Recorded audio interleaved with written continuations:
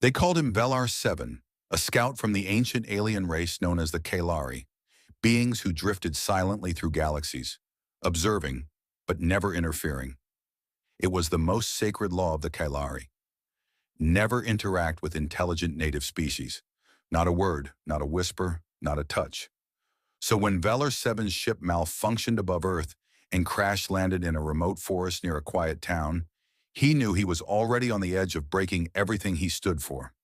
He watched humans from a distance as he repaired his vessel, cloaking himself in shadows. They were loud, chaotic, emotional, but fascinating.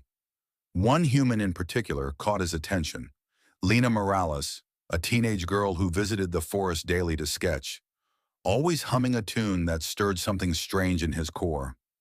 One evening, Velar 7 made a mistake. A wild animal startled Lena, and she slipped into a ravine.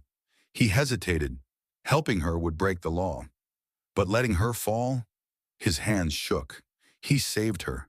She never saw him clearly, just a glowing figure pulling her to safety before vanishing like smoke. But from that day on, she returned to the forest with questions in her sketchbook. "Who are you?" she would whisper. "Thank you, whoever you are." Velar 7 watched, torn.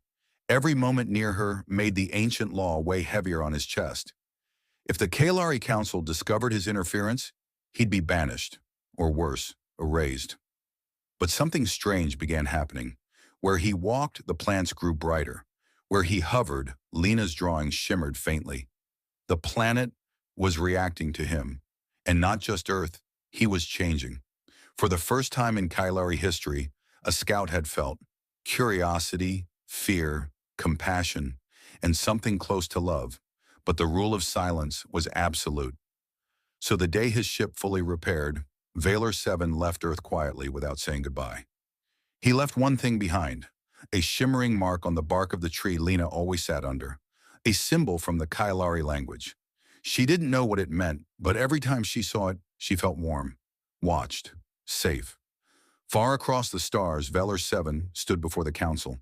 He had broken the law, but instead of punishment, they asked just one question. What did it feel like?